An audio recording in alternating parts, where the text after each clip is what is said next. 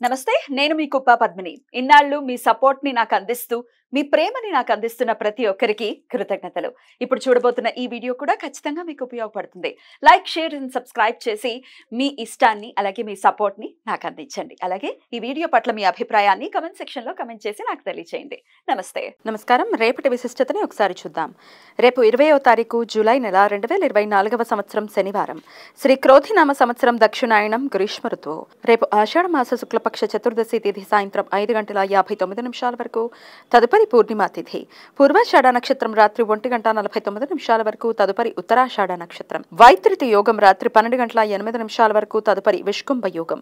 గరజ కరణం ఉదయం 6:54 వరకు తదుపరి వణిజ కరణం సాయంత్రం 5:59 వరకు తదుపరి భద్ర అంటే విష్టికరణం రాత్రి 4:56 వరకు ఉంటాయి నక్షత్రవర్జం మధ్యాహ్నం 12:04 నుండి 1:36 వరకు అమృతకాలం రాత్రి 9:14 నుండి 10:45 వరకు హైదరాబాద్ ప్రాంతం వారికి రేపు సూర్యోదయం ఉదయం 5:52 సూర్యాస్తమయం సాయంత్రం 6:53 చంద్రోదయం సాయంత్రం 6:12 చంద్రాస్తమయం రాత్రి 5:27 అభిజిత్ ముహూర్తం పగలు 11:56 నుండి మధ్యాహ్నం 12:49 వరకు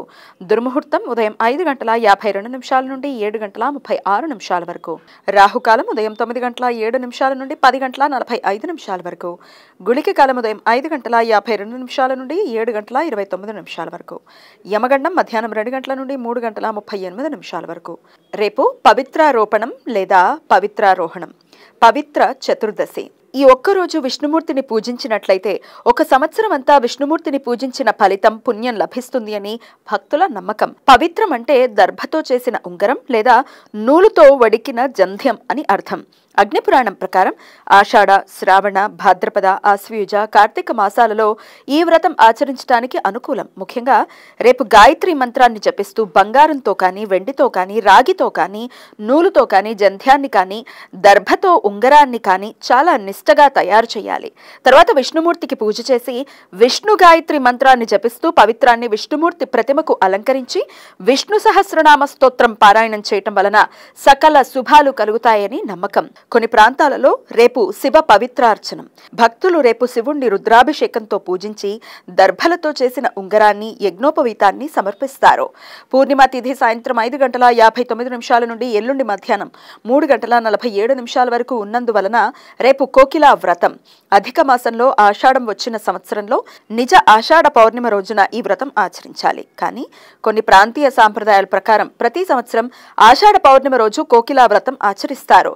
మార్కండేయ పురాణం ప్రకారం దక్షయజ్ఞ సమయంలో ఆహుతి అయిన సతీదేవి 1000 దేవ సంవత్సరాలు కోకిల రూపంలో సంచరించినది అని తదుపరి తన పూర్వ రూపాన్ని పొంది శివుణ్ణి మరలా కలుసుకుంది అని కథనం అందువలన ఈ వ్రతం సతీదేవి శివుడి ప్రీతి కొరకు ఆషాఢ పూర్ణిమ రోజు స్త్రీలు ఆచరిస్తారు ఈ వ్రతం ఆచరించిన స్త్రీలకు శాశ్వత సౌభాగ్యం కలుగుతుంది అని ఈ జన్మలో వైధవ్యం కలగదని పుణ్య స్త్రీగా తనువు చాలిస్తారు అని నమ్మకం అవివాహిత స్త్రీలు మట్టితో చేసిన కోకిల రూపాన్ని పూజించటం వలన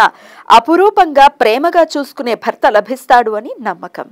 ఈ సమాచారాన్ని మనకందించిన వారు మేడికొండూరు విశ్వనాథ్ ప్రసాద్ గారు ఆయనకు కృతజ్ఞతలు తెలియజేస్తూ శివనామ స్మరణతో సమస్త సన్మంగళాని భవంతు నమస్కారం